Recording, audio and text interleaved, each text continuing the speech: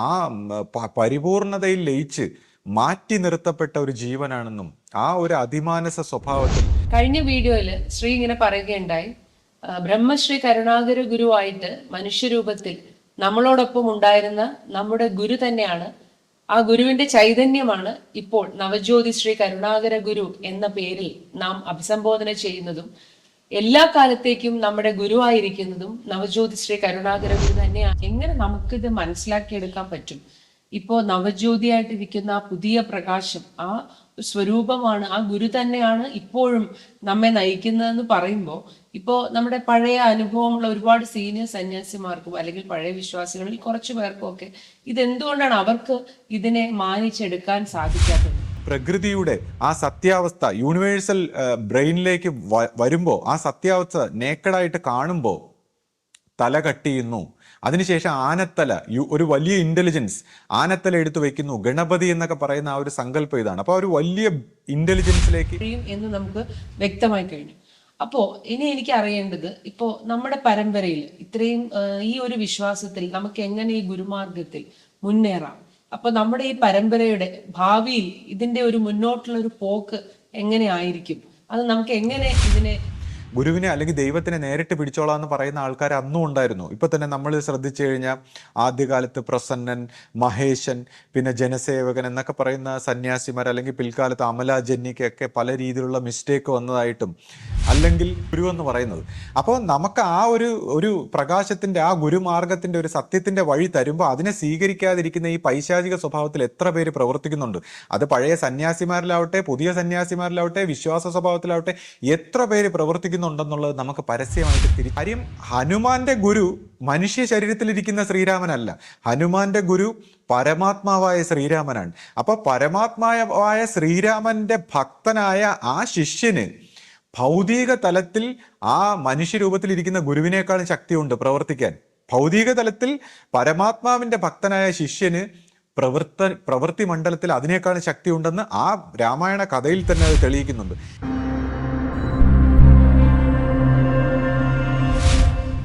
സദ്ഗുരുവേ ശരണം. എല്ലാവർക്കും ലൈഫ് ഡിവൈൻ്റെ പുതിയ എപ്പിസോഡിലേക്ക് സ്വാഗതം.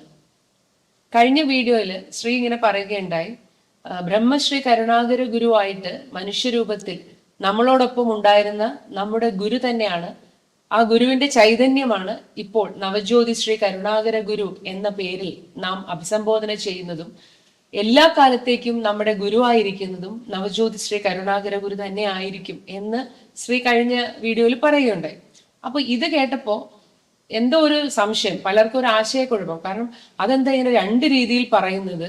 ഇത് വിശദീകരിക്കുമ്പോൾ നിങ്ങൾ കുറച്ച് കോംപ്ലിക്കേറ്റഡ് ആയിട്ട് ഇങ്ങനെ പറഞ്ഞാൽ ഇതെല്ലാവർക്കും സംശയം മാറുന്നില്ല. അപ്പൊ ഇത് കുറച്ച് ലളിതമായിട്ട് ഇത് മനസ്സിലാക്കാൻ പറ്റുന്ന രീതിയിൽ ഇതൊന്ന് പറയൂ. അപ്പൊ ഇത് രണ്ട് ഗുരു ആണോ, എന്താണ് ഇത് ഇങ്ങനെ പറഞ്ഞത് എന്ന് കുറച്ച് ആൾക്കാർ ചോദിക്കുകയുണ്ടായി. അപ്പൊ അതിന്റെ ഒരു ക്ലാരിഫിക്കേഷൻ ശ്രീ ഒന്ന് തരണം. അപ്പൊ ഇതാണ് നമ്മുടെ മനസ്സിന്റെ ഒരു പ്രകൃതം. അതായത് നമ്മൾ ഒരു ചോദ്യത്തിന് ഉത്തരം നൽകുമ്പോൾ അത് നൂറ് പുതിയ ചോദ്യങ്ങളുമായിട്ട് വരും. അപ്പോൾ ഇവിടെയാണ് ആധ്യാത്മിക രംഗത്തുള്ള ആധ്യാത്മിക വിഷയങ്ങളെ മനസ്സിലാക്കാനുള്ള ഒരു രീതി നമ്മൾ മനസ്സിലാക്കേണ്ടത്. ഇപ്പോൾ ഗുരുവിന്റെ കാര്യം പറയുമ്പോൾ, ഇപ്പൊ ഗുരു നമ്മളോടൊപ്പം ജീവിച്ചിരുന്നപ്പോൾ ഗുരു നിങ്ങളുടെ സ്വാമി എന്ന് സ്വയം സംബോധന ചെയ്തു. നമ്മൾ പൊതുവേദികളിൽ, അല്ലെങ്കിൽ നമ്മൾ ഗുരു എന്ന് സംബോധന ചെയ്തു. പൊതുവേദികളിൽ ബ്രഹ്മശ്രീ കരുണാകര ഗുരു എന്ന് അറിയപ്പെട്ടു. അപ്പോൾ ഗുരുവിൻ്റെ ദേഹവിയോഗത്തിന് ശേഷം നമ്മളത് നവജ്യോതി ശ്രീ കരുണാകര ഗുരു, ആ പരമ ചൈതന്യത്തെ, ആ പരമപ്രകാശത്തെ നവജ്യോതി, പുതിയ ഒരു പ്രകാശമായി നമ്മുടെ നയിക്കുന്ന നവജ്യോതി ശ്രീ കരുണാകര ഗുരു എന്ന് നമ്മൾ വിളിക്കുന്നു, സംബോധന ചെയ്യുന്നു.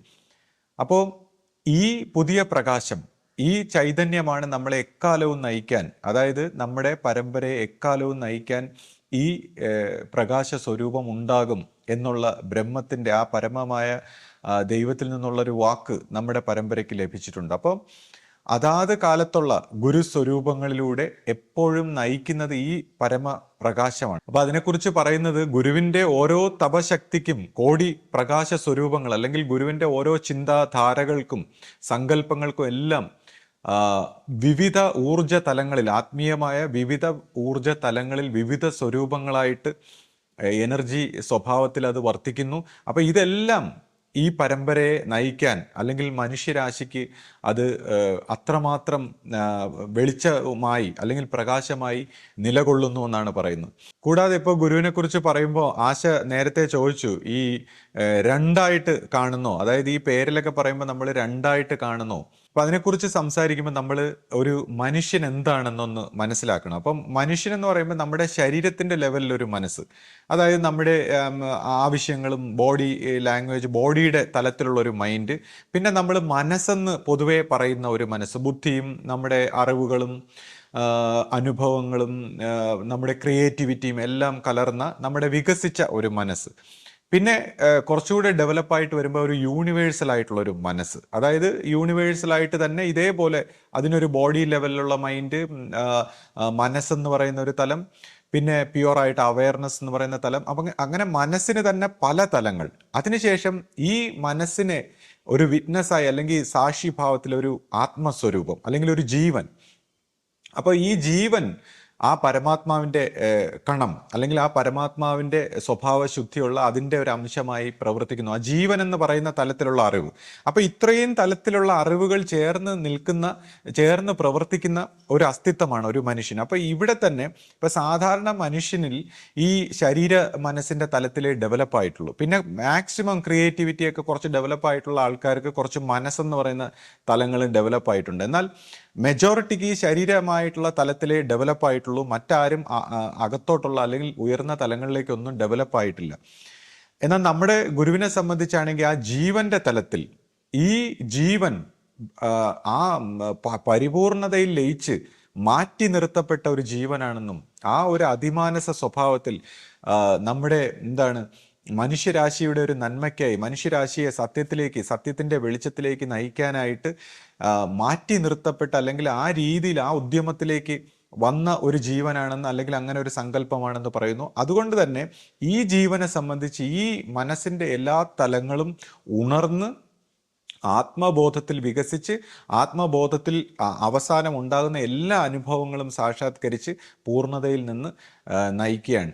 അപ്പോൾ അങ്ങനെയുള്ള ഒരു പുതിയ പ്രകാശമായി ഈ മനുഷ്യരാശിയിൽ സംഭവിച്ചു പോയ ആ മിസ്റ്റേക്കുകളെ എല്ലാം തിരുത്തി ഒരു പുതിയ പ്രകാശമായി പരമ്പരയെ നയിക്കുന്നു എന്ന അർത്ഥത്തിലാണ് നമ്മൾ ഈ നവജ്യോതി ശ്രീ കരുണാകര ഗുരു എന്ന് നമ്മൾ സംബോധന ചെയ്യുന്നതും ആ ഗുരു നമ്മളെ എക്കാലവും ഈ പരമ്പരയെ ആ പ്രകാശമായി നിന്നുകൊണ്ട് ഓരോ തലമുറയിലും വരുന്ന ഗുരുക്കന്മാരിലൂടെ ഈ നവജ്യോതി, ഈ പ്രകാശം, ഈ നവ ഒലിയായി നിന്നുകൊണ്ട് നയിക്കുന്നു എന്നുള്ളൊരർത്ഥത്തിലാണ് ഞാൻ അതിനെക്കുറിച്ച് സംസാരിച്ചത്. അപ്പോൾ അവിടെ തന്നെ ഒന്നാണോ രണ്ടാണോ അല്ലെങ്കിൽ പലതാണോ എന്നൊക്കെ ചോദിക്കുമ്പോൾ ഇപ്പോൾ ഓരോ ഭാവങ്ങളും, ഇപ്പോൾ ഗുരു പറഞ്ഞു നിങ്ങളുടെ സ്വാമി എന്ന് പറഞ്ഞ ഒരു തലം, ബ്രഹ്മശ്രീ കരുണാകര ഗുരു എന്ന് നമ്മൾ കണ്ട ഒരു തലം, നമ്മൾ ഗുരു എന്ന് സംബോധന ചെയ്ത തലം, അല്ലെങ്കിൽ പരമാത്മാവെന്ന തലം, അങ്ങനെ ഇതെല്ലാം ശരിയാണെന്നുള്ളതാണ്. ഇപ്പൊ ഒന്നാണോ രണ്ടാണോ എന്ന് ചോദിച്ചാൽ ഒന്നാണെന്ന് പറയുന്നത് ശരിയാണ്, രണ്ടാണെന്ന് പറയുന്നതും അല്ലെങ്കിൽ പല പല സ്വരൂപങ്ങളിൽ നിൽക്കുന്നു എന്ന് പറയുന്ന എല്ലാം ശരിയാകുന്ന ഒരു തലം. ആത്മീയതയുടെ വിഷയം നമ്മൾ മനസ്സിലാക്കി വരുമ്പോൾ നമ്മുടെ മനസ്സിന്റെ ഒരു തലത്തിൽ നമുക്ക് ഒന്ന് ശരി അല്ലെങ്കിൽ മറ്റേത് തെറ്റ് എന്നുള്ള രീതിയിലാണ്. അപ്പോൾ പക്ഷേ ആധ്യാത്മിക രീതിയിൽ അതിനെ മനസ്സിലാക്കുമ്പോൾ ഉയർന്ന തലങ്ങളിൽ പോകുമ്പോൾ എല്ലാം ശരിയാണ്, ഓരോന്നും ശരിയാണ്. കാര്യം ഓരോന്നും എല്ലാം അതാതിൻ്റെ തലത്തിൽ ശരിയാകുന്നു എന്നുള്ളൊരു അറിവ് നമ്മുടെ മനസ്സിന് അംഗീകരിക്കാൻ ഒരു വിഷമമാണ്. പക്ഷേ ഇതെല്ലാം ശരിയായി ഈ പറയുന്ന തെറ്റും അല്ലെങ്കിൽ പ്രകൃതിയിൽ നമ്മൾ ഈ കാണുന്ന എല്ലാ തിന്മകളും നെഗറ്റിവിറ്റിക്കും എല്ലാത്തിനും ഒരു ശരിയുടെ ഒരു വശമുണ്ട്, അല്ലെങ്കിൽ പരിണാമ പ്രക്രിയയിൽ അതിനൊരു ശരിയുടെ അർത്ഥമുണ്ട് എന്നുള്ള അർത്ഥത്തിൽ ഉയർന്നു പോകുന്ന ഒരു കാഴ്ചപ്പാടിൽ എല്ലാം ശരിയാകുന്ന ഒരു തലമുണ്ട്. അപ്പോൾ മനുഷ്യന് ഈ നമ്മുടെ മനസ്സിൻ്റെ തലത്തിൽ നമുക്കിതെല്ലാം മനസ്സിലാക്കി എടുക്കാനുള്ള ഒരു ബുദ്ധിമുട്ട് കൊണ്ടാണ് നമ്മൾ ഒന്ന് രണ്ട് പലത് ഇങ്ങനെയൊക്കെ പറയുമ്പോൾ ഉണ്ടാകുന്ന കൺഫ്യൂഷൻ. അപ്പോൾ അതുകൊണ്ടാണ് ഈ കൺഫ്യൂഷൻ, ഈ തലങ്ങളെയൊക്കെ നമ്മൾ മനസ്സിലാക്കി എല്ലാം ഇങ്ങനെ ചോദിച്ചും പറഞ്ഞും കേട്ടും മനസ്സിലാക്കാതെ ഈ പറയുന്ന കാര്യങ്ങൾ എന്താണെന്ന് ഇങ്ങനെ കാതോർത്ത് ചിന്തിച്ച് അതിലെ ഒരു തെറ്റിനെ അല്ലെങ്കിൽ മിസ്റ്റേക്കിനെ ശരിയെ നമ്മുടെ ബ്രെയിനും നമ്മുടെ ബുദ്ധിയും ഒക്കെ വെച്ച് ഇങ്ങനെ അങ്ങോട്ടും ഇങ്ങോട്ടും താരതമ്യം ചെയ്ത് നിഗമനങ്ങളിലെത്താതെ ഇതെന്തിന് പറയുന്നു, ഇതിൻ്റെ ഉദ്ദേശം എന്താണ്, അല്ലെങ്കിൽ ഇത് എവിടെയാണ് ഇതിനെ ചൂണ്ടിക്കാണിക്കുന്നത്, അല്ലെങ്കിൽ എന്ത് സത്യത്തിലേക്ക് എന്ത് ശരിയിലേക്ക് എത്തിക്കാൻ ശ്രമിക്കുന്നു, ഇതുപോലുള്ള ആധ്യാത്മിക പ്രഭാഷണങ്ങൾ കൊണ്ട് എന്താണ് നമ്മൾ ലക്ഷ്യമാക്കുന്നതെന്ന് മനസ്സിലാക്കി അതിലേക്ക് വളരാനും ഉണരാനുമാണ് നമ്മൾ ഈ ആധ്യാത്മിക പ്രഭാഷണങ്ങളിലൂടെ ഉദ്ദേശിക്കേണ്ടത്. അല്ലാതെ ഒരിക്കലും ഈ പറയുന്നതിലെ ശരിയും തെറ്റും അല്ലെങ്കിൽ അതിൻ്റെ മറ്റ് നമ്മൾ സയൻറ്റിഫിക് ആയിട്ടുള്ള കാര്യങ്ങൾ അല്ലെങ്കിൽ മറ്റ് പൊതുവായിട്ട് സംസാരിക്കുന്ന കാര്യങ്ങളെ വിലയിരുത്തുന്ന രീതിയിലല്ല ഒരു ആധ്യാത്മിക പ്രഭാഷണം കേൾക്കേണ്ടത്. അത് നമ്മുടെ ജീവൻ കൊണ്ട് അതിനെ ശ്രദ്ധിച്ച് അതിൽ ജീവൻ കൊണ്ട് മനസ്സിലാക്കി അതിൻ്റെ ഒരു പൂർണ്ണതയിലേക്ക് വളരാനുള്ള ഒരു പരിശ്രമമായിരിക്കണം നമ്മൾ ഓരോരുത്തരും നടത്തേണ്ടത്. അപ്പൊ ശ്രീ, ഇപ്പോ ഇത്രയും കോംപ്ലിക്കേറ്റഡ് ആയിട്ടുള്ള ഈ ഒരു വിഷയം എങ്ങനെ നമുക്കിത് മനസ്സിലാക്കിയെടുക്കാൻ പറ്റും? ഇപ്പോ നവജ്യോതിയായിട്ടിരിക്കുന്ന ആ പുതിയ പ്രകാശം, ആ സ്വരൂപമാണ്, ആ ഗുരു തന്നെയാണ് ഇപ്പോഴും നമ്മെ നയിക്കുന്നതെന്ന് പറയുമ്പോൾ, ഇപ്പോൾ നമ്മുടെ പഴയ അനുഭവമുള്ള ഒരുപാട് സീനിയർ സന്യാസിമാർക്കും അല്ലെങ്കിൽ പഴയ വിശ്വാസികളിൽ കുറച്ചു പേർക്കും ഒക്കെ ഇതെന്തുകൊണ്ടാണ് അവർക്ക് ഇതിനെ മാനിച്ചെടുക്കാൻ സാധിക്കാത്തത്? ആ പരമ ചൈതന്യം തന്നെയാണ്, നവജ്യോതിയായിരിക്കുന്ന ആ ഗുരുസ്വരൂപം തന്നെയാണ് ഇപ്പോഴും നമ്മെ നയിക്കുന്നതെന്ന് അവർക്ക് എന്താ മനസ്സിലാവാത്തത്? അപ്പൊ അതൊന്ന് മനസ്സിലാക്കണമല്ലോ. അപ്പൊ അതിനെക്കുറിച്ചൊന്ന് പറയാമോ? ഇപ്പൊ ഇത് എന്തുകൊണ്ട് എല്ലാവർക്കും മനസ്സിലാവുന്നില്ല? അല്ലെങ്കിൽ പഴയ വിശ്വാസികളാവട്ടെ അല്ലെങ്കിൽ പഴയ സന്യാസ സ്വഭാവത്തിലൊക്കെ ഉള്ള ഒരുപാട് പേർക്ക്, അനുഭവ സ്വഭാവത്തിൽ വികസിച്ചിട്ടുള്ളവർക്ക് എന്തുകൊണ്ട് ഈ ഒരു ചൈതന്യത്തെ അല്ലെങ്കിൽ നമ്മുടെ ഗുരുവായിട്ട് എക്കാലവും നയിക്കുന്ന ഈ ഗുരുസ്വരൂപത്തെ നമ്മുടെ പുതിയ ഗുരുസ്വരൂപത്തിൽ എന്തുകൊണ്ട് മനസ്സിലാകുന്നില്ല എന്നുള്ളൊരു ചോദ്യം, അല്ലെങ്കിൽ തിരിച്ചറിയാൻ പറ്റുന്നില്ല, അല്ലെങ്കിൽ എല്ലാവർക്കും എന്തുകൊണ്ട് ഇത് വളരെ എളുപ്പം മനസ്സിലാക്കാൻ കഴിയുന്നില്ല എന്നൊക്കെയുള്ള ചോദ്യങ്ങളുണ്ട്. കൂടാതെ പലരും പറയാറുണ്ട് നമ്മളെല്ലാം മനസ്സിലാക്കി എടുക്കണം എന്നൊക്കെ പറയുന്നുണ്ട്. അപ്പോൾ ഇവിടുത്തെ ഇതിൻ്റെ ഒരു കോംപ്ലിക്കേഷൻ എന്താണെന്ന് വെച്ചാൽ, ഇപ്പോൾ ഞാൻ കഴിഞ്ഞ ദിവസം പറയുകയുണ്ടായി, ഇപ്പോൾ ഒരു സ്റ്റേജിൽ വരുമ്പോൾ നമ്മൾ നോബഡി ആകുന്നു, സെൽഫ് റിയലൈസേഷൻ എന്ന് പറയുന്നു, അത് പിന്നെ എവരിബഡി ആകുന്നു, നത്തിങ് ആകുന്നു, ഇങ്ങനെയൊക്കെ പറഞ്ഞു. അപ്പോൾ എന്താണ് ഈ നോബഡി നത്തിങ് എന്നൊക്കെ പറയുന്നതുകൊണ്ട് ഉദ്ദേശിക്കുന്നത് എന്താണ്? ഒരു സ്റ്റേജിൽ വരുമ്പോൾ നമ്മളൊരു വ്യക്തിത്വത്തിൽ നിന്നുകൊണ്ട് നേടിയ അറിവും അനുഭവങ്ങളും ജീവിതവും എല്ലാം കൊണ്ട് വികസിക്കുമ്പോൾ, അഹന്താ സ്വരൂപത്തിൽ വികസിക്കുമ്പോൾ, ആധ്യാത്മിക രംഗത്ത് അനുഭവങ്ങളൊക്കെ നേടി പരിണമിക്കുമ്പോൾ ഒരു സ്ഥലത്തെത്തുമ്പോൾ നോബഡി ആകുന്നു. അതിൻ്റെ അർത്ഥം എന്താണ്? നോബഡി ആയി സെൽഫ് റിയലൈസേഷൻ നടത്തുന്നു. അപ്പോൾ സെൽഫ് റിയലൈസേഷൻ ഉണ്ടാകുമ്പോൾ, കാര്യം ഈ അഹന്ത മാറുമ്പോൾ ഇയാൾക്ക് അന്ന് വരെ ഉണ്ടാകുന്ന ഇയാളുടെ അറിവും അനുഭവങ്ങളും എല്ലാം എൻഡായിട്ട് ഒരു പുതിയ ബോധത്തിലേക്ക്, പുതിയ ഒരു അറിവിലേക്ക് അയാൾ ഉണരുകയാണ്. അതാണ് ഇത് എൻഡാകുന്നു. ഈ അഹന്ത, നേരത്തെ ഉണ്ടായിരുന്ന അഹന്ത, വ്യക്തിഗതമായ അഹന്ത എൻഡായി പുതിയ ഒരു അഹന്ത, അതായത് യൂണിവേഴ്സൽ ആയിട്ടുള്ള ഒരു അഹന്തയിലേക്ക് പ്രവേശിക്കുന്നു. അപ്പോൾ ഇന്നലെ വരെ ഉണ്ടായിരുന്ന അയാളുടെ അറിവും അനുഭവങ്ങളും ഒക്കെ അവിടെ തീരുകയാണ്. അതിനുശേഷം പുതിയൊരാൾ. അപ്പോൾ ഈ സെൽഫ് റിയലൈസേഷനിലൂടെ എന്താണ് മനസ്സിലാക്കുന്നത്? തന്നെ സകലരിലും കാണുന്നു. അപ്പൊ ഇതാണ് ജീസസ് പറഞ്ഞിരിക്കുന്നത്, തന്നെ പോലെ തൻ്റെ അയൽവാസിയെയും സ്നേഹിക്കൂ എന്ന് പറയുന്ന ഈ സെൽഫ് റിയലൈസേഷൻ്റെ അവസ്ഥയിലേക്ക് ഉയർത്താനുള്ള ഒരു വഴിയാണ്. അപ്പം നേരത്തെ ഉണ്ടായിരുന്ന താനില്ലാതായി പുതിയൊരു താനുണ്ടായി. അപ്പോൾ പുതിയൊരു അറിവ്, പുതിയ അനുഭവം, അപ്പോൾ ഈ പുതിയൊരു ബ്രെയിൻ, യൂണിവേഴ്സൽ ആയിട്ടുള്ളൊരു ബ്രെയിൻ ഉണ്ടായി. അപ്പോൾ അതുകൊണ്ടാണ് പറയുന്നത് ഈ അഹന്ത സ്വരൂപത്തിലുള്ള അറിവിനെ കളഞ്ഞ് ഗുരുവിൻ്റെ മുമ്പ് തലകുമ്പിട്ട് ഇതിനെ മാറ്റിയെടുത്തില്ലെങ്കിൽ ഭ്രാന്ത് പിടിക്കും എന്ന് വെച്ചാൽ, സാധാരണ വ്യക്തിഗതമായിട്ടുള്ള ഒരു ബ്രെയിനിന് ഇത് കോംപ്രിഹെൻഡ് ചെയ്യാൻ പറ്റില്ല. ഇത്തരം വിഷയങ്ങളെ ഒരു വളരെ തുച്ഛമായിട്ടുള്ള ഈ ഹ്യൂമൻ ബ്രെയിന് അതിൻ്റെ സാധാരണ 3 ഡയമെൻഷനുള്ള കാര്യങ്ങളെ ഹാൻഡിൽ ചെയ്യാൻ വേണ്ടി സൃഷ്ടിക്കപ്പെട്ടിട്ടുള്ളതാണ് ഒരു വ്യക്തിഗതമായ ബ്രെയിൻ. അപ്പോൾ അതിന് ഇത് ഹാൻഡിൽ ചെയ്യാൻ പറ്റില്ല. ഇത്തരം അറിവുകളോ ഇത്തരം ജ്ഞാനമോ ഇത്തരം ആത്മീയതയോ അതിൻ്റെ തലങ്ങളോ ഒന്നും ഹാൻഡിൽ ചെയ്യാൻ പറ്റാതെ വരുമ്പോൾ അത് എററാവും, സിസ്റ്റം എററാവും. അതുകൊണ്ടാണ് ആ രീതിയിലേക്ക് വികസിക്കാൻ തയ്യാറായവർ വികസിക്കാതെ വരുമ്പോഴാണ് അവർക്ക് ഒരുപാട് പ്രശ്നങ്ങളും സൈക്കോളജിക്കൽ പ്രോബ്ലങ്ങളും ഭ്രാന്തുകളും ഒക്കെ ഉണ്ടാകുന്നത്. അപ്പം അതുകൊണ്ടാണ് ഗുരുമാർഗത്തിൽ അത് ശരിയായിട്ട് എളിമയോടെ വിനയപ്പെട്ട് ഇത് വളരണം എന്ന് പറയുന്നത്. അങ്ങനെ യൂണിവേഴ്സൽ ബ്രെയിനിൽ എത്തുമ്പോഴോ, ഇതിനെയാണ് സിംബോളിക്കലായിട്ട് നമ്മുടെ പുരാണങ്ങളിലെല്ലാം എന്താണ്, പ്രകൃതിയുടെ ആ സത്യാവസ്ഥ യൂണിവേഴ്സൽ ബ്രെയിനിലേക്ക് വരുമ്പോൾ, ആ സത്യാവസ്ഥ നേക്കഡായിട്ട് കാണുമ്പോൾ തല കട്ട് ചെയ്യുന്നു. അതിനുശേഷം ആനത്തല, ഒരു വലിയ ഇന്റലിജൻസ് ആനത്തല എടുത്തു വെക്കുന്നു. ഗണപതി എന്നൊക്കെ പറയുന്ന ആ ഒരു സങ്കല്പം ഇതാണ്. അപ്പോൾ ഒരു വലിയ ഇന്റലിജൻസിലേക്ക്, യൂണിവേഴ്സൽ ആയിട്ടുള്ള ഒരു ഇന്റലിജൻസിലേക്ക് മനുഷ്യൻ വികസിക്കുകയാണ്.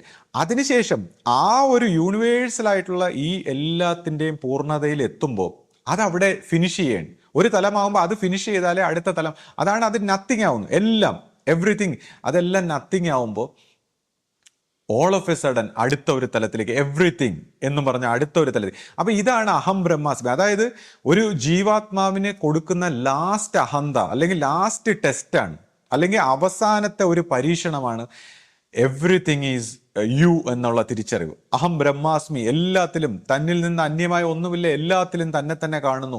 അപ്പോൾ ഇതൊരു സാക്ഷാത്കാരം എന്ന തെറ്റിദ്ധാരണയിൽ ഒരു ജീവൻ കുടുങ്ങിപ്പോകുന്നു. അവസാനത്തെ പരീക്ഷണം അതിനെയും അവഗണിച്ച് ഈ താനെന്ന് പറയുന്ന യൂണിവേഴ്സൽ ആയിട്ടുള്ള അഹന്തയെ എല്ലാത്തിനെയും ഉപേക്ഷിച്ച് ആ ഗുരുവിലേക്ക്, ആ ഗുരുവിൻ്റെ സ്നേഹത്തിൽ ആ പരമാത്മാവിനെ വണങ്ങിക്കൊണ്ട് സിമ്പിളായിട്ട് പരിണമിക്കുന്ന ഒരാൾ ആ സത്യത്തെ തിരിച്ചറിയുന്നു. അപ്പൊ ആ സത്യത്തെ എങ്ങനെ തിരിച്ചറിയുന്നു? ഇന്നലെ നമ്മൾ യൂണിവേഴ്സൽ ബോഡിയിലേക്ക് വന്നു, അല്ലെങ്കിൽ ഇതുവരെയുള്ള അറിഞ്ഞ കാര്യങ്ങളെല്ലാം ആ ബ്രെയിനിന് താങ്ങാൻ പറ്റുന്ന ലെവലെത്തുമ്പോൾ അത് തീർന്നു, അത് ഫിനിഷായി. അടുത്ത സത്യമായ പരമ്പൊരുളായ ദൈവികമായ തലത്തിലേക്ക്, അത് ദൈവത്തിന്റെ ബ്രെയിനിലൂടെ മാത്രം, അതാണ് മനുഷ്യനിൽ ഇന്ന് വരെ വികസിക്കാത്ത ഒരു പുതിയ ബ്രെയിൻ ഉണ്ടാകണം, അല്ലെങ്കിൽ പുതിയ ഒരു ഇന്റലിജൻസ് വികസിക്കുകയാണ്, ഉണരുകയാണ്. അപ്പോൾ ആ തലത്തിൽ അതെങ്ങനെയാണ്? അത് ഗുരുവാണ് അത് കൊടുക്കുന്നത്. ഗുരു സ്വരൂപത്തിലിരിക്കുന്ന ഗുരുവാണ് ഈ ശിഷ്യൻ ഇത് കൊടുക്കുന്നത്. അപ്പൊ ഈ തലത്തിൽ എത്തുമ്പോൾ ഇതെല്ലാം ഉപേക്ഷിച്ച് മുന്നേറുന്ന, യൂണിവേഴ്സൽ ആയിട്ടുള്ള അഹവും എല്ലാത്തിനെയും ഉപേക്ഷിച്ച് മുന്നേറുന്ന ഒരു ശിഷ്യൻ ഭക്തന് ഗുരുവിൽ വരും പരമൈക്യമെന്നുള്ള ആ ഒരു അറിവിൽ ഈ സത്യത്തിലേക്ക് ലയിക്കുകയാണ്. അപ്പോൾ അതിനെയാണ് ജീസസ് ക്രൈസ്റ്റ് ഇങ്ങനെ പറഞ്ഞത്, my father and I are one. നമ്മൾ രണ്ടുപേരും ഒന്നായി ചേർന്നതിനെ അറിയുന്നു. അങ്ങനെ ഒന്നായി അറിഞ്ഞ ഒരു ശിഷ്യനിലൂടെ ഇത് വെളിപ്പെട്ട് കിട്ടൂ. അപ്പോൾ ഈ രീതിയിൽ ഇത്രയും പരിണാമത്തിലൂടെ പോയി അതിനെ അറിഞ്ഞ് അനുഭവിച്ച ഒരു ശിഷ്യനിലൂടെ പറയുമ്പോൾ മാത്രമേ നമുക്കിത് മനസ്സിലാക്കി എടുക്കാൻ പറ്റൂ. അല്ലെങ്കിൽ ഈ പറയുന്ന ഒരു പ്രോസസ്സിലൂടെ ഓരോ വ്യക്തികളും കടന്നു പോകേണ്ടിയിരിക്കുന്നു. അല്ലാതെ നമ്മൾ ഈ പറയുന്ന, അപ്പോഴാണ് നമ്മൾ ആദ്യം പറഞ്ഞു, ആദ്യത്തെ ഒരു ഇൻഡിവിജ്വൽ ആയിട്ടുള്ള ഒരു ബ്രെയിൻ സ്റ്റോപ്പ് ആവുന്നു, അടുത്ത ഒരു തലത്തിലേക്ക് കടക്കുന്നു, ആ ബ്രെയിൻ സ്റ്റോപ്പ് ആവുന്നു, അടുത്ത ഒരു തലത്തിലേക്ക്, സത്യത്തിന്റെ വശത്തിലേക്ക്. അപ്പൊ ഇത്രയും ഭാഗത്തൂടെ കടന്നു പോകാതെ വ്യക്തികൾ ഇങ്ങനെ ഇരുന്ന് നമ്മുടെ ഇൻഡിവിജ്വൽ ബ്രെയിനിലിരുന്ന് വളരെ എല്ലാ കാര്യങ്ങളെയും വിശദീകരിക്കുന്നു, തർക്കിക്കുന്നു, വഴക്കിടുന്നു. ഇപ്പൊ ഗുരുവാണികൾ ഇത്രയും ഉന്നതിയിൽ പോയി ഇത്രയും വ്യത്യസ്തമായ ഒരു അറിവിലൂടെ സംസാരിക്കുന്ന ഒരു ഗുരു സംസാരിക്കുന്ന വാണികളെയൊക്കെ അങ്ങോട്ട് സ്വയം സാധാരണ ബ്രെയിൻ ഉപയോഗിച്ച് വിശകലനം ചെയ്യുന്ന വ്യക്തികൾ അതിനെ ഇന്റർപ്രറ്റ് ചെയ്യുന്നു, തെറ്റായിട്ട് പറയുന്നു, ഇതെല്ലാം ചെയ്യുന്നു. അപ്പോൾ ഈ കാര്യത്തെ അനുഭവശാലികളായിട്ടുള്ള ശിഷ്യന്മാർ, അനുഭവപ്പെട്ടവർ പറയുന്നത് വിശ്വസിക്കുക മാത്രമേ ഉള്ളൂ വഴി. അതല്ല വിശ്വസിക്കാൻ പറ്റുന്നില്ലെങ്കിൽ അവരവരുടെ വഴിയിലൂടെ അത് കണ്ടെത്തുക എന്നുള്ളതാണ്. പക്ഷെ അപ്പൊ അവിടെ ഈ ഗുരുമാർഗത്തിൽ വിശ്വസിക്കുന്നതിൽ അർത്ഥമില്ല.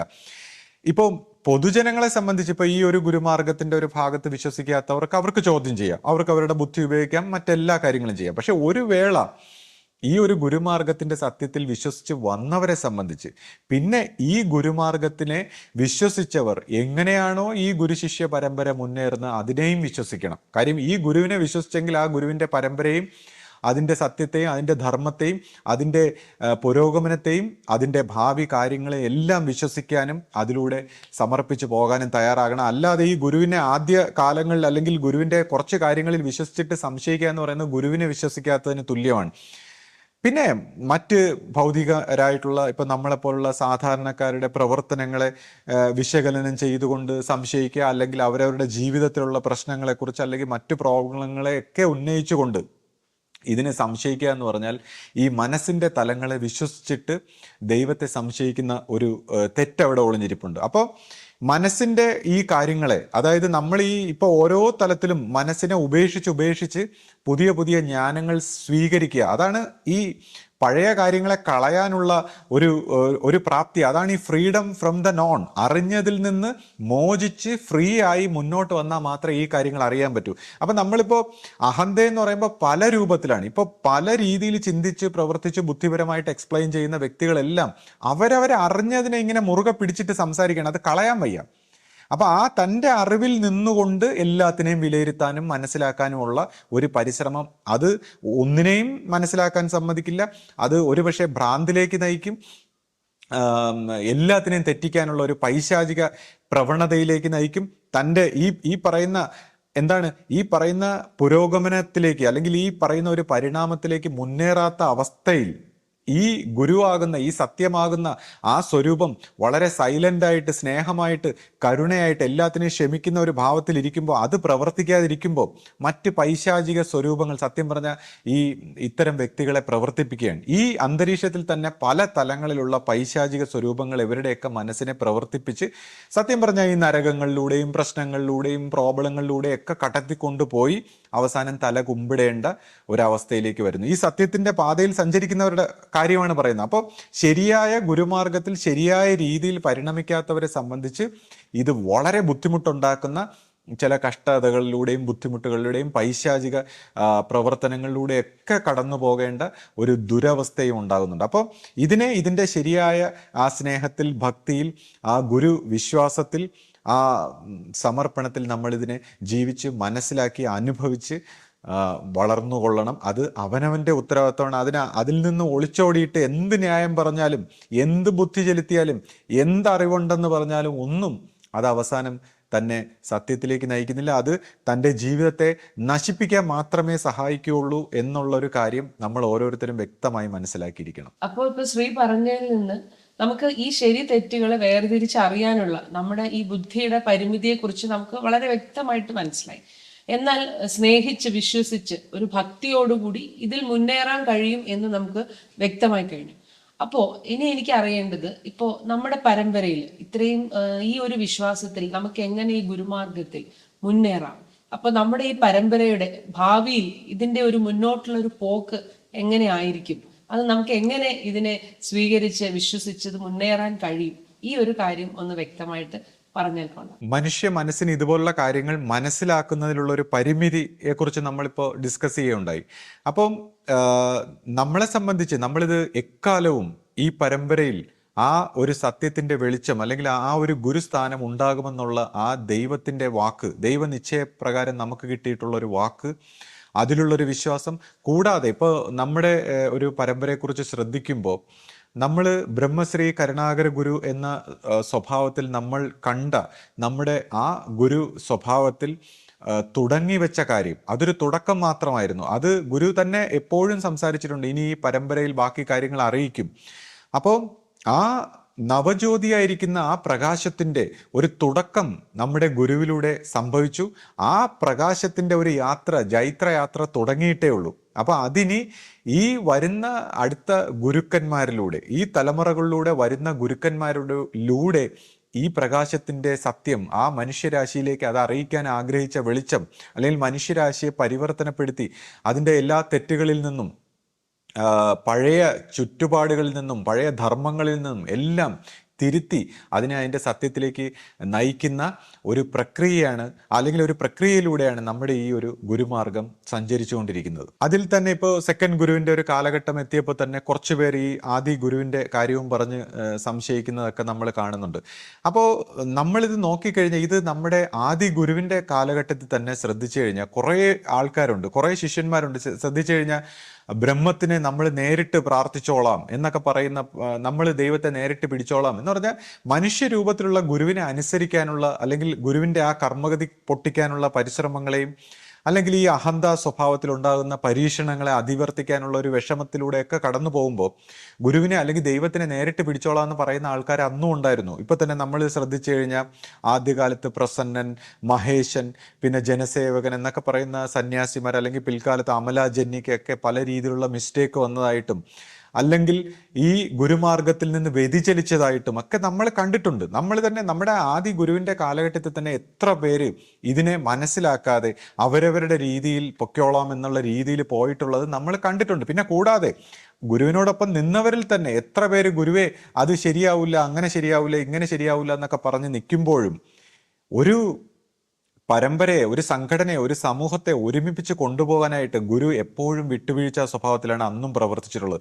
അപ്പോൾ ഇന്നും നമ്മൾ നോക്കുമ്പോൾ ശിഷ്യപൂജിത ജന്യയിലൂടെ ആ ഗുരുവിൻ്റെ വിട്ടുവീഴ്ചയാണ് നമ്മൾ കാണുന്നത്. ഇപ്പോൾ നമ്മൾ ഈ പരാജയം, അല്ലെങ്കിൽ നമ്മൾ പറയുന്ന അപജയങ്ങൾ എന്നൊക്കെ പറയുന്നത് ഗുരു വിട്ടുവീഴ്ച മനോഭാവത്തിൽ ഒരു സംഘടനയ്ക്ക് വേണ്ടി, ഒരു സമൂഹത്തിന് വേണ്ടി നിൽക്കുകയാണ്. കാര്യം ഗുരുവിന് ഇന്നും ഗുരുവിൻ്റെതായ രീതിയിൽ പ്രവർത്തിക്കാൻ പറ്റുന്ന ഒരു ശിഷ്യ പരമ്പരയായിട്ട് നമ്മൾ ആരും മാറിയിട്ടില്ല എന്നുള്ളതാണ്. നമ്മൾ ഓരോരുത്തരും ഇപ്പോഴും, ഇപ്പൊ നമ്മൾ തന്നെ നോക്കുമ്പോൾ ഈ സെക്കൻഡ് ഗുരുവിൻ്റെ ഒരു കാലഘട്ടത്തിൽ 2000 മുതൽ ഒരു 2010 കാലഘട്ടം വരെ നമ്മൾ നോക്കുമ്പോൾ ഒരു ഗോൾഡൻ ഈറ എന്ന് പറയേണ്ടി വരും. കാര്യം എല്ലാവരും ഒറ്റക്കെട്ടായിട്ട് ഒരു സംശയമില്ലാതെ ഈ ഒരു ഗുരു പരമ്പരയിൽ നിന്നപ്പോൾ അതിൻ്റെ പൂർണ്ണതയിൽ പ്രവർത്തിക്കാൻ കഴിഞ്ഞു. എന്നാൽ പിന്നീട് ഈ പറയുന്ന കണക്ക് കുറച്ച് സ്ത്രീകളും കുറച്ച് സന്യാസിമാരും കുറച്ച് മനുഷ്യർ അവരുടെ സാധാരണ ബുദ്ധിയിൽ പെടുത്തിക്കൊണ്ട് സംശയങ്ങളും പ്രശ്നങ്ങളും പല കാര്യങ്ങളും ഒക്കെ ചൂണ്ടിക്കാണിക്കാൻ തുടങ്ങിയപ്പോൾ അപ്പോഴാണ് ഇതിൻ്റെ ആ ഒരു ചൈതന്യം അല്ലെങ്കിൽ ഗുരുമാർഗത്തിന് അല്ലെങ്കിൽ ഗുരു സ്വഭാവത്തിന് ഉൾവലിയേണ്ടി വന്നത്. അപ്പോൾ നമ്മൾ വീണ്ടും ആ ഗുരുമാർഗത്തിന് അല്ലെങ്കിൽ ഗുരുവിന് പ്രവർത്തിക്കാനുള്ള സാഹചര്യം ഒരുക്കി കൊടുക്കണം. അത് മനുഷ്യ ബുദ്ധിയിൽ ചിന്തിക്കാതെ. ഇപ്പൊ അന്നത്തെ പഴയ കാലത്തുള്ള ഈ സന്യാസി സ്വഭാവത്തിലുള്ളവരും അല്ലെങ്കിൽ ഈ പഴയ വിശ്വാസ സ്വഭാവത്തിലുള്ളവരുടെയൊക്കെ ആ മനുഷ്യ ബുദ്ധിയിലിരുന്ന് ചിന്തിക്കാതെ ഈ നോബഡി എന്ന് പറയുന്ന അഹന്ത ഇല്ലാതാകുന്ന തന്നെ മറ്റുള്ളവരിൽ കാണുന്ന ആ സ്നേഹം ഉണ്ടോ നമുക്ക് ഒരു സെൽഫ് റിയലൈസേഷൻ എന്ന് പറയുന്ന ഒരു തലത്തിലെങ്കിലും നമുക്ക് സ്നേഹിക്കാനും ഐക്യപ്പെടാനും കഴിയുന്നുണ്ടോ? പിന്നെയല്ലേ ഗോഡ് റിയലൈസേഷൻ എന്നൊക്കെ പറയുന്ന കാര്യം. അപ്പോൾ ആ ഒരു രീതിയിൽ അവർ ഐക്യപ്പെടാനും സ്നേഹം, ആദരവുകൾ, പരസ്പര ബഹുമാനം ഒക്കെ ഉണ്ടാകാനും ഈ ഗോഡ് റിയലൈസേഷൻ, സെൽഫ് റിയലൈസേഷൻ തന്നെ എല്ലാവരിലും കാണുന്നെങ്കിൽ ഗോഡ് റിയലൈസേഷൻ എന്ന് പറയുമ്പോൾ എല്ലാവരിലും ദൈവത്തെ കാണുക എന്നുള്ളതാണ്. അപ്പോൾ എല്ലാവരിലും ദൈവത്തെ കണ്ടുകൊണ്ട് സകലതിനെയും ദൈവത്തെ വണങ്ങിക്കൊണ്ട് പരിണമിക്കുക എന്ന് പറയുന്നതാണ് ദൈവികമായ ആ ഗോഡ് റിയലൈസേഷനിലുള്ള ഒരു ജീവിതം. അപ്പോൾ ആ രീതിയിൽ ഒരു ഗുരുവിനെ മാത്രമല്ല സകലതിലും ദൈവത്തെ കണ്ടുകൊണ്ട് പരിണമിക്കാനുള്ളൊരു മാർഗമാണിത്. അപ്പോൾ ഈ ഒരു മാർഗത്തിൽ നമ്മൾ ഓരോരുത്തരും എവിടെ നിൽക്കുന്നു, എങ്ങനെ നമ്മൾ പരിണമിക്കുന്നു എന്നെല്ലാം നമ്മൾ വിലയിരുത്തേണ്ടതുണ്ട്. കൂടാതെ ഇപ്പം ഞാൻ പറയും, ഈ ഗുരുശിഷ്യ ബന്ധത്തിൻ്റെ ഒരു ഭാഗത്തിൽ വരുമ്പോൾ ഓരോരുത്തരും ഈ ഗുരുമാർഗത്തിൽ എവിടെ നിൽക്കുന്നു, അല്ലെങ്കിൽ ഇപ്പോൾ നമ്മുടെ സന്യാസ സ്വഭാവത്തിലാവട്ടെ, നമ്മുടെ പ്രസ്ഥാനത്തിൻ്റെ നേതൃത്വ സ്വഭാവത്തിലാവട്ടെ, നമ്മുടെ ബോർഡ് ഓഫ് ഡയറക്ടേഴ്സ് ആവട്ടെ, ഇവരൊക്കെ ഏത് രീതിയിൽ ആ ഗുരുവിനെ വണങ്ങുന്നു, അല്ലെങ്കിൽ മനുഷ്യരൂപത്തിലിരിക്കുന്ന ഗുരുവിനെ. കാര്യം മനുഷ്യരൂപത്തിലുള്ള ഗുരുവിൻ്റെ മുമ്പിൽ വണങ്ങുമ്പോഴാണ് ഈ അഹന്ത സ്വഭാവത്തിലുള്ള എല്ലാ പാളിച്ചകളും മാറി ആ പൈശാചികമായ എല്ലാ സ്വാധീനങ്ങളിൽ നിന്ന് മാറി ശരിയായ പ്രകാശത്തിന്റെ വഴിയിലേക്ക് എത്തുന്ന, അല്ലെങ്കിൽ മനുഷ്യന്റെ മനസ്സിലാണ്. അപ്പൊ എത്രത്തോളം വ്യക്തികൾ ഈ സന്യാസ സ്വഭാവത്തിലും നമ്മുടെ പരമ്പരയിലും പഴയ ആൾക്കാരും എല്ലാം ഗുരുവിനെ ഏത് രീതിയിൽ വണങ്ങുന്നു എന്നുള്ളത് നമ്മൾ ഓരോരുത്തരും കാണേണ്ടതുണ്ട്. ഞാൻ പലപ്പോഴും വിചാരിക്കും, ഇത് പരസ്യമായിട്ട് ഒന്ന് നോക്കണം. ഇത് ആരൊക്കെയാണ്, ഏതൊക്കെ സന്യാസിമാർ ഇതിൽ നിന്ന് വിട്ടു നിൽക്കുന്നു? പൈശാചികമായി സ്വന്തമായിട്ട് പിടിച്ചോളാം എന്ന് പറഞ്ഞ് പണ്ട് ഗുരുവിന്റെ കാലഘട്ടത്തിലും ഉണ്ടായിരുന്നു സ്വന്തമായിട്ട് പിടിച്ചോളാം എന്ന് പറയുന്ന ആൾക്കാർ. അപ്പൊ അതൊരു പൈശാചികത്വമാണ്. സ്വന്തമായിട്ട് ഇത് എങ്ങനെ പിടിക്കും? ഞാൻ നേരത്തെ ചോദിച്ച പോലെ ഒരു നോബഡിയായി പിന്നെ അറിഞ്ഞ ആ യൂണിവേഴ്സൽ മൈൻഡിനെയും കളഞ്ഞ് ഈ പരമമായ അഹം ബ്രഹ്മാസ്മി എന്ന് പറയുന്ന സ്റ്റേറ്റൊക്കെ കളഞ്ഞ് സ്വന്തമായിട്ട് പിടിക്കാൻ പറ്റുമോ? അപ്പോൾ അതിനുവേണ്ടി സ്വന്തമായിട്ട് പിടിക്കാൻ പറ്റാത്തത് കൊണ്ടാണ് ഗുരുസ്വരൂപത്തിൽ ആ ദൈവത്തിൻ്റെ ഒരു കനിവാണ് ഈ ഗുരു എന്ന് പറയുന്നത്. അപ്പോൾ നമുക്ക് ആ ഒരു പ്രകാശത്തിൻ്റെ, ആ ഗുരുമാർഗത്തിൻ്റെ ഒരു സത്യത്തിൻ്റെ വഴി തരുമ്പോൾ അതിനെ സ്വീകരിക്കാതിരിക്കുന്ന ഈ പൈശാചിക സ്വഭാവത്തിൽ എത്ര പേര് പ്രവർത്തിക്കുന്നുണ്ട്? അത് പഴയ സന്യാസിമാരിലാവട്ടെ, പുതിയ സന്യാസിമാരിലാവട്ടെ, വിശ്വാസ സ്വഭാവത്തിലാവട്ടെ, എത്ര പേര് പ്രവർത്തിക്കുന്നുണ്ടെന്നുള്ളത് നമുക്ക് പരസ്യമായിട്ട് തിരിച്ചറിയിക്കണം. കാര്യം അങ്ങനെയുള്ള ജനങ്ങളുമായിട്ട് മിങ്കിൾ ചെയ്യാനുള്ള അവസരം ഇപ്പോഴേ കട്ട് ചെയ്യണം. ഈ പൈശാചിക സ്വഭാവത്തിൽ പ്രവർത്തിക്കുന്ന ആൾക്കാരുമായിട്ടുള്ള ബന്ധം തന്നെ കട്ട് ചെയ്യണം. എന്നാലേ ഒരു പരമ്പരയ്ക്ക് ഒറ്റക്കെട്ടായിട്ട് എല്ലാവരും, ഈ ഗുരു എന്ന് പറയുന്നത് ഒന്നിച്ച് നിൽക്കാനുള്ള ഒരു ശക്തിയാണ്. എല്ലാവർക്കും ഒരുമിച്ച് പ്രവർത്തിക്കാനുള്ള, ഏകത്വമായിട്ട് ഒരുമിച്ച് ഒറ്റക്കെട്ടായിട്ട് മുന്നേറാനുള്ള ഒരു കണ്ണിയാണ് ഈ ഗുരു എന്ന് പറയുന്ന ആ പ്രകാശ സ്രോതസ്. അപ്പം അതിലേക്ക് വരാതെ ഈ പൈശാചിക സ്വഭാവത്തിൽ ഭിന്നിപ്പിച്ച് നിൽക്കുന്ന ആ പൈശാചികത്തിൻ്റെ അടിമയായ മനസ്സുകൾക്കുടമയായ വ്യക്തികളെ പരസ്യമായിട്ട് എല്ലാവർക്കും കാണിച്ചു കൊടുക്കണം. കാര്യം അത്തരം വ്യക്തികളുടെ ഉപദേശങ്ങളോ കാര്യം പറയാനായിട്ട് നല്ല രീതിയിൽ മനുഷ്യ സേവയും കാരുണ്യവും മറ്റു കാര്യങ്ങളും ഗുരുവിൻ്റെ ത്യാഗം, സ്നേഹം എന്നൊക്കെ ഇങ്ങനെ പറയാൻ എല്ലാവർക്കും കഴിയും. അപ്പം മനുഷ്യരെ ഇങ്ങനെ പറഞ്ഞ് പറ്റിക്കുന്ന ഒരു സ്വഭാവമുണ്ട്.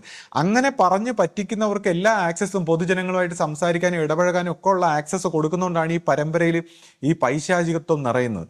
അപ്പം ഞാൻ പറയുന്നു, ഈ മനുഷ്യ സ്വഭാവത്തിൽ ഉള്ള ഗുരുവിനെ എന്തുകൊണ്ട് വണങ്ങാൻ പറ്റുന്നില്ല? ആ പരമപ്രകാശത്തെ അല്ലെങ്കിൽ നവജ്യോതിയായിരിക്കുന്ന ആ ചൈതന്യത്തെ നമുക്ക് എന്തുകൊണ്ട് കാണാൻ കഴിയുന്നില്ല?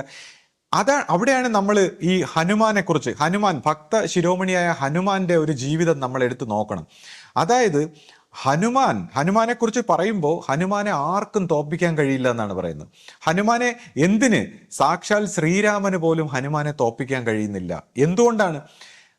കാര്യം ഹനുമാന്റെ ഗുരു മനുഷ്യ ശരീരത്തിലിരിക്കുന്ന ശ്രീരാമനല്ല. ഹനുമാന്റെ ഗുരു പരമാത്മാവായ ശ്രീരാമനാണ്. അപ്പൊ പരമാത്മാവായ ശ്രീരാമന്റെ ഭക്തനായ ആ ശിഷ്യന് ഭൗതിക തലത്തിൽ ആ മനുഷ്യരൂപത്തിലിരിക്കുന്ന ഗുരുവിനേക്കാളും ശക്തിയുണ്ട് പ്രവർത്തിക്കാൻ. ഭൗതിക തലത്തിൽ പരമാത്മാവിന്റെ ഭക്തനായ ശിഷ്യന് പ്രവൃത്തി മണ്ഡലത്തിൽ അതിനേക്കാളും ശക്തിയുണ്ടെന്ന് ആ രാമായണ കഥയിൽ തന്നെ അത് തെളിയിക്കുന്നുണ്ട്. ആ ഹനുമാൻ എന്ന് പറയുന്ന ആ ശിഷ്യന്റെ ആ പ്രകൃതിയിൽ നമുക്ക് മനസ്സിലാക്കാൻ പറ്റുന്ന മറ്റൊരു രഹസ്യം എന്താണെന്ന് വെച്ചാൽ അതൊരു തെളിവാണ്. അദ്ദേഹം ശ്രീകൃഷ്ണൻ വരുമ്പോൾ അതിലും ആ ശ്രീരാമനെ കാണുന്നു, അല്ലെങ്കിൽ പരമാത്മാവിനെ കാണുന്നു. അപ്പോൾ ശ്രീരാമൻ എന്ന മനുഷ്യ ശരീരത്തെ അല്ല അദ്ദേഹം കണ്ടത്, ശ്രീരാമനിൽ ഇരിക്കുന്ന പരമ ചൈതന്യത്തെയാണ് അദ്ദേഹം കണ്ടത്. അതേ ചൈതന്യത്തെ അദ്ദേഹം ശ്രീകൃഷ്ണനിൽ വരുമ്പോൾ ദർശിക്കുന്നു. അതും പുരാണങ്ങളിൽ നമുക്ക് തെളിവാണ്. അപ്പോൾ ശരീര മനസ്സുകൾ മാറിയാലും ആ പരമാത്മാവിനെ കാണാനുള്ള ഹനുമാന്റെ ആ ഭക്തി, ആ യഥാർത്ഥ ശിഷ്യന്റെ ഭക്തിയാണ്. എന്നിട്ട് നമ്മുടെ പരമ്പരയിൽ ശ്രദ്ധിച്ചാൽ ഇതേ ഹനുമാനാണ്, അതായത് ഗുരുവിനെ ആദ്യകാലത്ത് ആരും നമ്മുടെ തലമുറയിൽപ്പെട്ടവർ വെറും ഒരു സ്വാമി എന്നൊക്കെ പറഞ്ഞ് കണ്ടിരുന്ന ഒരു കാലഘട്ടത്തിൽ ഈ ഹനുമാൻ സ്വാമിയാണ് വന്ന് ഇതെൻ്റെ ഗുരുവാണെന്ന് പറഞ്ഞ് ശിഷ്യ പരമ്പരയെ, ദർശന സ്വഭാവത്തിൽ അറിവുള്ള ശിഷ്യ പരമ്പരയെ വണങ്ങി ഇതെൻ്റെ ഗുരുവാണ്, ഈ ഗുരുവിനെ എങ്ങനെ സ്വീകരിക്കണം എന്ന് കാണിച്ചു കൊടുത്തത്. അതായത് നമ്മുടെ ഗുരുവിലും ആ പരമാത്മാവിനെ കാണാനുള്ള ആ ഹനുമാൻ സ്വാമിയുടെ ആ സ്വഭാവം നമ്മൾ കണ്ടതാണ്. അപ്പോൾ ഏത് ശരീര മനസ്സുകളിലൂടെ ആവട്ടെ ആ പരമാത്മ ചൈതന്യം വിളങ്ങുന്ന ആ കാലാകാലത്തിൽ ഓരോ യുഗത്തിലും ആ ദൈവ ചൈതന്യത്തിന്റെ വക്താക്കളായിട്ടുള്ള വ്യക്തികളെ തിരിച്ചറിയാനുള്ള ഈ ഹനുമാൻ സ്വാമിയുടെ ആ കാഴ്ച, അതാണ് നമുക്കെല്ലാം മാതൃകയാകേണ്ടത്. അപ്പൊ ഈ ശിഷ്യ പരമ്പരയിൽ നമ്മുടെ പുതിയ ഗുരു സ്വഭാവത്തിൽ ഈ ഗുരുവിന്റെ ആ ചൈതന്യത്തെ കാണാൻ കഴിയാത്തത് ആർക്കാണ്, എന്തുകൊണ്ടാണ്? അത് പൈശാചികം കണ്ണുകളെ മറച്ചിരിക്കുന്നത് കൊണ്ടാണ്. അപ്പൊ ആ പൈശാചിക ശക്തികളുടെ വക്താക്കളെ നമുക്ക് തിരിച്ചറിയണം. ഓരോരുത്തരെയും അത് തിരിച്ചറിഞ്ഞ് നമ്മൾ അവരെ തിരുത്താനോ പരിവർത്തനപ്പെടുത്താനോ ഒന്നും പോകുന്നില്ല. പക്ഷേ അവരെ മറ്റുള്ളവരെ പ്രവർത്തിപ്പിച്ച് അവരിലെ ആ പൈശാചികത്വം മറ്റുള്ളവരിലൂടെ പ്രചരിപ്പിക്കാതെ തടയേണ്ട ഒരു ചുമതല നമുക്കുണ്ട്. അവരുടെ പാടായ അവരുടെ കാര്യം അവർ നോക്കട്ടെ. പക്ഷെ മറ്റുള്ളവരിലേക്കും കൂടെ ഇത് പകർത്താതിരിക്കാനുള്ള ഈ വൈറസ് ബാധ, ഇപ്പം നമ്മൾ ഒരു അസുഖം ബാധിച്ചാൽ അവരെ നമുക്ക് ഐസൊലേറ്റ് ചെയ്യാം. പക്ഷേ ഈ വൈറസ് മറ്റുള്ളവരിലേക്ക് പകരാതിരിക്കാനുള്ളൊരു കർത്തവ്യം നമുക്ക് ഓരോരുത്തർക്കും ഉണ്ടെന്നുള്ള അർത്ഥത്തിൽ ഈ ശിഷ്യ പരമ്പരയിൽ എത്ര പേര് ഈ ഗുരു സ്വഭാവത്തിൽ, കാര്യം ഗുരു കാണിച്ചു തന്നേക്കുന്ന ദൈവത്തിന്റെ വഴിയായിട്ടുള്ള ഈ ഗുരുമാർഗത്തെ എത്ര പേര് എടുക്കുന്നു, എടുക്കുന്നില്ല, ഏത് രീതിയിലാണെന്നൊക്കെ ഉള്ളതെല്ലാം നമുക്ക് പരമ്പരയ്ക്ക് പരസ്യമായിട്ട് അത് കാണിച്ചു തരാനുള്ള ചുമതലയും നമ്മുടെ അധികാര സ്വഭാവത്തിലുള്ള ഓരോരുത്തർക്കും ഉണ്ട്. ഗുരുവിന്റെ മുമ്പിൽ എങ്ങനെ വണങ്ങുന്നു, മനുഷ്യ സ്വഭാവത്തിലുള്ള ഗുരുവിന്റെ മുമ്പിൽ എങ്ങനെ ഓരോരുത്തരും ഈ പറയുന്ന അധികാര സ്വഭാവത്തിലുള്ളവർ വണങ്ങുന്നു, അതിനനുസരിച്ചാണ് നമ്മൾ അവരെ വണങ്ങുന്നത്. കാര്യം ഗുരു നമ്മളെ അങ്ങനെയാണ് പഠിപ്പിച്ചിട്ടുള്ളത്. കുമ്പിടുന്നേൻ ഗുരുഭക്തന്മാരെ, കുമ്പിടുന്നേൻ ഗുരു ശിഷ്യരിയ്ക്കുന്ന ദിക്കിലും ഞാനിതാ കുമ്പിടുന്നേ എന്നുള്ള രീതിയിൽ ഗുരുവിനെ കുമ്പിടുന്ന ഭക്തന്മാരെയാണ് അധികാര സ്വഭാവത്തിലും എല്ലാം വരുമ്പോൾ നമ്മുടെ ഈ ശിഷ്യ പരമ്പര വണങ്ങുന്ന. അല്ലെങ്കിൽ പിന്നെ ഈ പറഞ്ഞ പോലെ ചേറും ചായയും കാര്യസാധ്യത്തിനുള്ള കുറച്ചു പേര് കൂടെ നടന്നിരിക്കും. പക്ഷേ യഥാർത്ഥ ഭക്തന്മാരായിട്ടുള്ള ശിഷ്യന്മാരെ ഈ പറയുന്ന അധികാര സ്വഭാവത്തിലുള്ളവർ അവരനുസരിക്കണമെങ്കിൽ അവർ ഗുരുവിന്റെ മുമ്പിൽ കുമ്പിട്ടവരായിരിക്കണം. പൂർണ്ണമായിട്ടും വ്യക്തിമാഹാത്മ്യം നോക്കാതെ അവസാന ശ്വാസം വരെയും ഗുരുവിന്റെ മുമ്പിൽ കുമ്പിടുന്നവരെ മാത്രമേ ഈ പരമ്പരയിലുള്ളവർ അനുസരിക്കൂ. അങ്ങനെ പരസ്പരം എല്ലാവരും അനുസരിച്ച് അവരവരുടെ സ്ഥാനത്തുള്ളവരെ അനുസരിച്ചാൽ മാത്രമേ ഏകത്വമായിട്ട് ഇത് പ്രവർത്തിക്കൂ. അങ്ങനെ പ്രവർത്തിച്ചാൽ മാത്രമേ ഈ അപജയങ്ങൾ ഒഴിഞ്ഞ് ദൈവത്തിൻ്റെ കാരുണ്യമായി, ദൈവത്തിൻ്റെ പ്രകാശമായി, അങ്ങനെയുള്ളൊരു പരമ്പരയായിട്ട് നമുക്ക് ഒറ്റക്കെട്ടായിട്ട് മുന്നേറാനും മനുഷ്യരാശിയുടെ ഒരു നന്മയായി, ഒരു തിരുത്തായി, ഒരു സായുജ്യമായി, ആനന്ദമായിട്ട് അത് മാറ്റാനും നമുക്ക് കഴിയൂ എന്നുള്ള കാര്യം നമ്മൾ ഓരോരുത്തരും എപ്പോഴും ഓർമ്മിച്ചിരിക്കണം എന്നുള്ള ഒരു കാര്യം കൂടെ ഞാനിവിടെ ഓർമ്മിപ്പിക്കുകയാണ്. ഇതിനോടൊപ്പം തന്നെ നമ്മൾ ഓരോരുത്തരും മനസ്സിന് പരിവർത്തനം വരുത്തി അവരവരുടെ ജീവിതവും അവരവർ ശരിയാക്കി എടുക്കണം. അല്ലെങ്കിൽ അവരവരുടെ മാനസിക നിലയും ആ എളിമ കൊണ്ട്, ആ വിനയം കൊണ്ട്, സ്നേഹം കൊണ്ട് നമ്മൾ തിരുത്തി എടുത്തില്ലെങ്കിൽ ഉണ്ടാകുന്ന ആപത്ത്. ഇപ്പം ഞാൻ പറഞ്ഞു, കഴിഞ്ഞ ദിവസം ഞാൻ പറഞ്ഞു, നമ്മുടെ പല പല സ്ഥാപനങ്ങളിലും സംഘടനകളിലും പല സ്ഥലങ്ങളിലും പല രീതിയിൽ ഇറിറ്റേഷനായിട്ടിരിക്കുന്ന വ്യക്തികളെ ഞാൻ കണ്ടിട്ടുണ്ട്. അപ്പോൾ ഇത് ലോകം മൊത്തത്തിലാണ്, പല ഓഫീസുകളിലും സ്ഥാപനങ്ങളിലും വീടുകളിലും എല്ലാം. ഇനി ആരോ വന്ന് തിരുത്തും, ഏതോ ഗുരു അല്ലെങ്കിൽ ഏതോ കൽക്കിയോ ഏതോ അവതാരമോ വന്ന് തിരുത്തുമെന്ന് കാത്തിരിക്കാതെ നമ്മൾ ഓരോരുത്തരും തന്നെയാണ് നമ്മുടെ കൽക്കി. അപ്പോൾ നമ്മൾ ഓരോരുത്തരും നമ്മുടെ മനസ്സിനെ തിരുത്താൻ തയ്യാറാവണം. അങ്ങനെ നമ്മൾ ഓരോരുത്തരും നമ്മളെ തിരുത്തി എടുത്തില്ലെങ്കിൽ നമ്മുടെ ജീവിതം തന്നെയാണ് കുളമാകുന്നത്. അപ്പം നമ്മുടെ സ്ഥാപനം തന്നെയാണ് കുളമാകുന്നത്, നമ്മുടെ ഓഫീസ്, നമ്മുടെ വീട്. അപ്പം നമ്മുടെ മനസ്സിനെ തിരുത്താൻ, ഇപ്പോൾ കഴിഞ്ഞ ദിവസം നമ്മുടെ കുട്ടികളൊക്കെ ചോദിച്ചു, ഈ ഗുരുമാർഗത്തിനെതിരായി പ്രവർത്തിക്കുന്നവർ തന്നെ ഇവിടുത്തെ ഓരോ സ്ഥാപനങ്ങളിലും വർക്ക് ചെയ്യുന്നോ, അപ്പൊ ഇങ്ങനെ പ്രവർത്തിക്കുന്നു, ഇത് എന്തൊരു കഷ്ടമാണെന്ന് നമ്മുടെ കുട്ടികൾ ഇങ്ങനെ ചോദിച്ചു. അപ്പൊ ഞാൻ പറഞ്ഞു, ഗുരുവിന്റെ ഒരു കാരുണ്യമാണ്, ഓരോരുത്തർക്കും ആ തിരുത്തിയെടുക്കാനുള്ള ഒരു അവസരം ഗുരു കൊടുത്തിരിക്കുകയാണ്. കൂടാതെ ഈ തിരുത്തിയെടുക്കാത്ത വ്യക്തികളെ സംബന്ധിച്ച് അവരുടെ ജീവിതം നരകമാവുകയാണ്. കാര്യം ഒന്നിലും പ്രവർത്തിക്കാതെ ഒതുങ്ങി, സ്നേഹവും കരുണയും കാരുണ്യവുമായിട്ട് ഒതുങ്ങിയിരിക്കുന്ന ആ ദൈവത്തിന്റെ ആ സ്നേഹം അതിനെ മാനിക്കാതെ വരുമ്പോൾ പൈശാചികങ്ങൾ കാര്യങ്ങൾ ഏറ്റെടുക്കുകയാണ്. അപ്പോൾ സത്യം പറഞ്ഞാൽ പൈശാചികങ്ങളുടെ പ്രവൃത്തി തെറ്റായിട്ട് തോന്നുന്നെങ്കിലും ആത്യന്തികമായിട്ട് അത് ശരിയായി മാറും. എങ്ങനെയെന്ന് വെച്ചാൽ ഈ അവരുടെ ജീവിതം നരകമായി മാറും. ഈ ഗുരുവിശ്വാസത്തിൽ, ഈ സത്യത്തിന്റെ വഴിയിൽ വിശ്വസിക്കാത്ത വ്യക്തികളുടെ മനസ്സും മലിനപ്പെട്ട് പരസ്പര വിദ്വേഷവും വെറുപ്പും എല്ലാം ഉണ്ടാക്കി ഈ പൈശാചികങ്ങളുടെ വിളനിലമായി നരകമായി നരകയാതന അനുഭവിച്ചുകൊണ്ട് ആ തിരുത്തിലേക്ക് വരേണ്ടി വരും. അപ്പോൾ അത്തരത്തിൽ തിരുത്താതെ അവനവൻ്റെ മനസ്സിൻ്റെ ഉത്തരവാദിത്തം ഏറ്റെടുത്ത് ഈ തനിക്കിത് മനസ്സിലാക്കാൻ ഉള്ള തൻ്റെ കഴിവില്ലായ്മയെ, മനുഷ്യ മനസ്സിന് ഇതെല്ലാം ഇത്തരം ആത്മീയ രഹസ്യങ്ങൾ മനസ്സിലാക്കുന്നതിലുള്ള ഒരു കഴിവില്ലായ്മയെ മനസ്സിലാക്കി ദൈവത്തിൻ്റെ മുമ്പിൽ കുമ്പിട്ട് ദൈവം കാണിച്ചു തന്ന ഗുരുമാർഗത്തിൻ്റെ മുമ്പിൽ മനുഷ്യ സ്വഭാവത്തിൽ മനുഷ്യ സ്വരൂപത്തിലിരിക്കുന്ന ആ ഗുരുവിൻ്റെ മുമ്പിൽ കുമ്പിട്ടുകൊണ്ട് എളിമയോടെ വിനയത്തോടെ ഇത് പ്രവർത്തിച്ചെടുക്കാൻ നമ്മൾ ഓരോരുത്തരും പരിശ്രമിക്കണമെന്നുള്ളതാണ്. അങ്ങനെ നമ്മുടെ ഇപ്പോൾ സ്ഥാപനത്തിൽ രാവിലെ എഴുന്നേറ്റ് നമ്മൾ ഓരോ സ്ഥാപനത്തിലും വരുമ്പോൾ നമ്മളിങ്ങനെ ഡിസ്റ്റർബ്ഡ് ആയിട്ട്, ഇറിറ്റേഷനായിട്ട്, ഭ്രാന്തമായിട്ട് ഇതിനി ആരോ വന്ന് തിരുത്തും എന്ന് പറഞ്ഞ് കാത്തിരിക്കാതെ, അല്ലെങ്കിൽ എല്ലാവരും കുഴപ്പമാണ്, എൻ്റെ ഹെഡ് കുഴപ്പമാണ്, എൻ്റെ സുപ്പീരിയർ കുഴപ്പമാണ്, അവൻ കുഴപ്പമാണ്, ഇവൻ കുഴപ്പമാണ്, എല്ലാവരും നശിപ്പിക്കുന്നു, മറ്റതാണ് മറിച്ചാണെന്ന് പറയാതെ ഞാനിങ്ങനെ പറഞ്ഞുകൂടാ, ഇതുകൊണ്ട് നശിക്കുന്ന ഞാനും എൻ്റെ കുടുംബവുമാണ്, എൻ്റെ മനസ്സാണ്, എൻ്റെ ജീവിതമാണ്, എൻ്റെ സായുജ്യമാണ്, ഇതെല്ലാമാണെന്ന് മനസ്സിലാക്കാതെ നമ്മളിങ്ങനെ പ്രവർത്തിച്ചുകൊണ്ടിരിക്കുകയാണ്. അപ്പം നമ്മുടെ മനസ്സിനെ തന്നെ തിരുത്തുമ്പോൾ, നമ്മുടെ മനസ്സിൻ്റെ ഈ മലിനതകളെ മൊത്തം തിരുത്തി ഇതിൻ്റെ ഉത്തരവാദിത്തം ഏറ്റെടുത്ത് ഉണർന്ന് ഞാൻ എപ്പോഴും ഒരു നല്ല വൈബ്രേഷനുമായിട്ട്, നല്ല മനസ്സുമായിട്ട് എൻ്റെ സ്ഥാപനത്തിലും വീട്ടിലും നാട്ടിലും ജീവിക്കേണ്ടതുണ്ട്. അങ്ങനെ ഞാനിതെല്ലാം നന്നാക്കിയെടുക്കുക. എൻ്റെ സ്നേഹവും സമർപ്പണവും എല്ലാം കൊണ്ട്, എൻ്റെ സഹകരണവും എല്ലാം കൊണ്ട് നമ്മൾ ഇതിനെ നന്നാക്കിയെടുക്കും എന്നുള്ളൊരു ഉത്തരവാദിത്തം.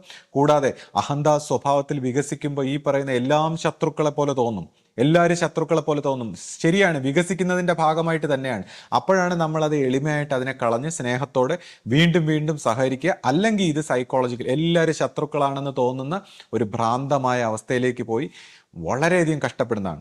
അപ്പോൾ ആ ഭ്രാന്തിൽ നിന്നെല്ലാം മാറി എളിമയോടെ വന്ന് നമ്മളിത് തിരുത്തിയെടുക്കാനും ഒരു പുതിയ ജീവിതം തുടങ്ങാനും അങ്ങനെ അവസാനം വരെ ഇതിൽ പിടിച്ചു നിൽക്കാൻ. ഇപ്പോൾ നമ്മുടെ പഴയ വിശ്വാസികളായിട്ടുള്ള ഒരുപാട് പേരോട് ഞാൻ എപ്പോഴും പറയാറുള്ളതാണ്, ഇനി വന്ന് നമ്മളെ താലപ്പൊലി എടുത്തുകൊണ്ട് പോകുമെന്ന് വിചാരിക്കരുത്. നമ്മളെ താലപ്പൊലി എടുത്തുകൊണ്ട് പോകാൻ ഗുരു വരാൻ പാടില്ല.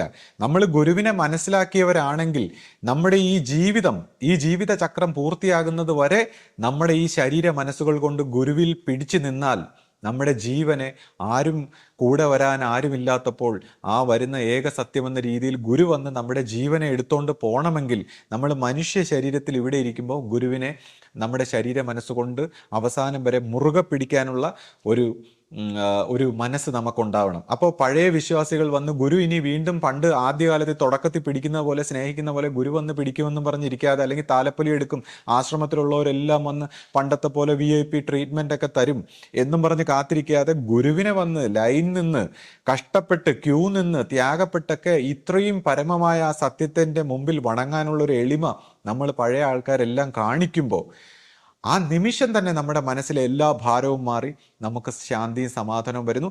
അങ്ങനെ വരുമ്പോഴാണ് നമ്മൾ നമ്മുടെ ആഗ്രഹങ്ങളെയും എല്ലാത്തിനെയും പൂർത്തീകരിക്കാനുള്ള ശക്തി നേടുന്നത്. കൂടാതെ ഈ ഗുരുമാർഗത്തിൽ വന്നിട്ട് ജ്യോത്സ്യനോട് കാര്യം പറയുന്നതൊക്കെ, അല്ലെങ്കിൽ ജ്യോത്സ്യനോട് ചോദിക്കുന്നതൊക്കെ, ഈ പറഞ്ഞ കാര്യം നടന്നാ, ജ്യോത്സ്യൻ നിങ്ങളുടെ കർമ്മഗതിയിലുള്ള എന്തെങ്കിലും നോക്കിയിട്ട് നടന്നില്ലേ എന്ന് പറയുന്ന പോലെ അല്ല ഗുരു നടത്തുന്നവനാണ്.